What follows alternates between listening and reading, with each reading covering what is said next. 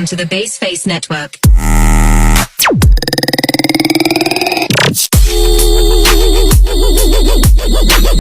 Assalamualaikum warahmatullahi wabarakatuh.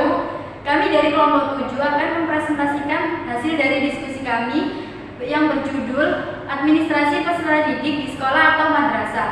Perkenalkan, saya Inani Fajaria. Perkenalkan, nama saya Firdausi Maulidia Salsabila. Perkenalkan, saya Yunil Fitra Mulatul Mahfiro.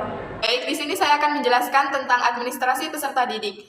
Administrasi sendiri memiliki arti sempit dan arti luas. Administrasi dalam arti sempit diartikan sebagai penyusunan dan pencatatan data dan informasi secara sistematis. Sedangkan dalam artian luas, administrasi adalah suatu kerjasama yang dilakukan oleh sekelompok orang dan atau organisasi berdasarkan pembagian kerja sebagaimana ditentukan dalam struktur dengan mendayagunakan sumber daya untuk mencapai tujuan secara efektif dan efisien. Sedangkan peserta didik sendiri adalah orang yang dapat memilih untuk belajar sesuai dengan cita-cita dan tujuan mereka di masa depan.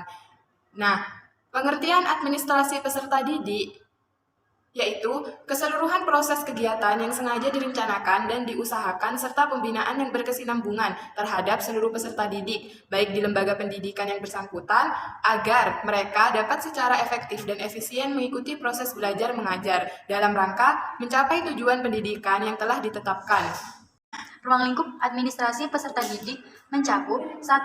Melakukan analisis kebutuhan, yang kedua, penerimaan peserta didik, dan yang ketiga, proses pemilihan calon peserta didik, selanjutnya orientasi, pembagian kelas, pembinaan dan pengembangan peserta didik, dan yang terakhir, pencatatan dan pelaporan. Selanjutnya, tujuan administrasi peserta didik. Tujuan administrasi peserta didik memiliki dua makna, yaitu secara umum dan secara khusus. Secara umum, tujuan administrasi untuk mengatur semua kegiatan yang melibatkan peserta didik agar peserta didik dapat berpartisipasi dalam proses belajar mengajar dan menciptakan lingkungan yang kondusif saat belajar.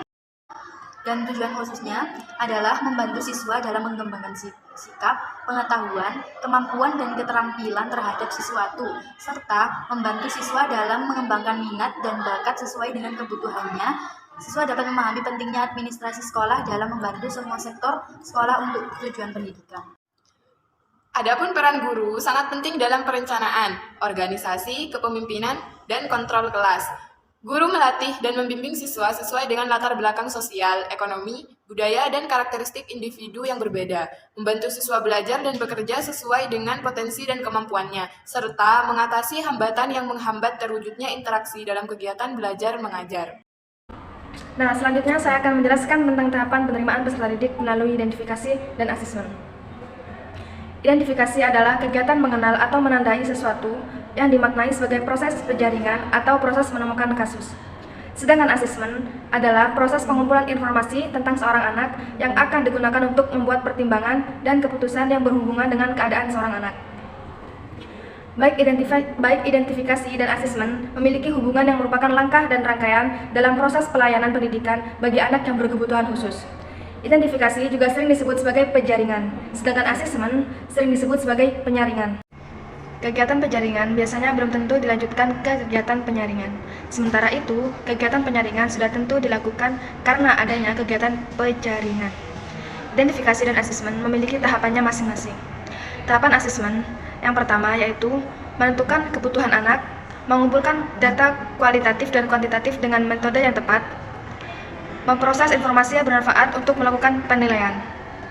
Tahapan identifikasi yang pertama yaitu menghimpun data seorang anak, menganalisis data dan mengklasifikasi anak, mengadakan pertemuan konsultasi ke kepala sekolah. Sekian presentasi dari kelompok